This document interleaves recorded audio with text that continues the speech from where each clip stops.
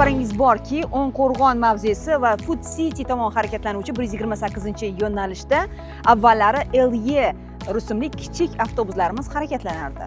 Yo'nalishda yo'lovchilar soni ko'paygani uchun ijtimoiy tarmoqlarda yo'lovchilar ayrim holatlarda kichik avtobusga sig'may qolgan holatlarni ham kuzatdik. Shularni inobatga olib, yo'lovchilar ehtiyojini qondirish maqsadida 24-noyabrdan boshlab katta sig'imli MAN avtobuslar o'z ish faoliyatini boshladi. Bugungi kunda 128-yo'nalishda 13 ta katta sig'imli MAN avtobuslari o'rtacha 14-15 daqiqa oraliq interval bilan harakatlanmoqdalar.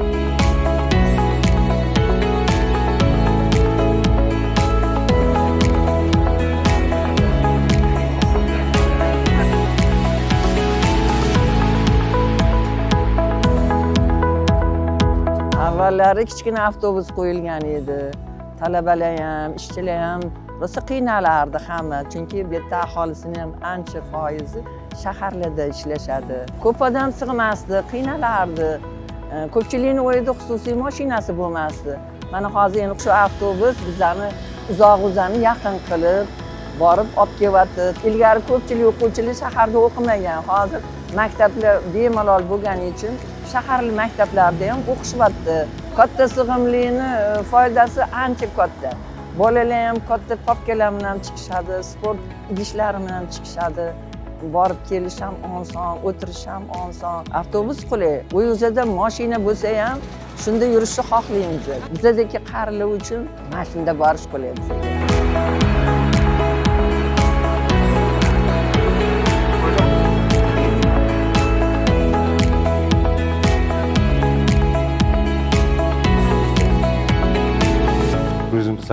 Yo'nalishda hozir ishlayapman. Oldin le ishlardi. Endi hozir MAN avtobus qo'yilganligi uchun odamlar ancha minnatdor, xursand. Sig'imi katta avtobuslar qo'yilgan. Bugungi kunda 13 ta MAN avtobuslari yo'nalishda yuribdi hammasi.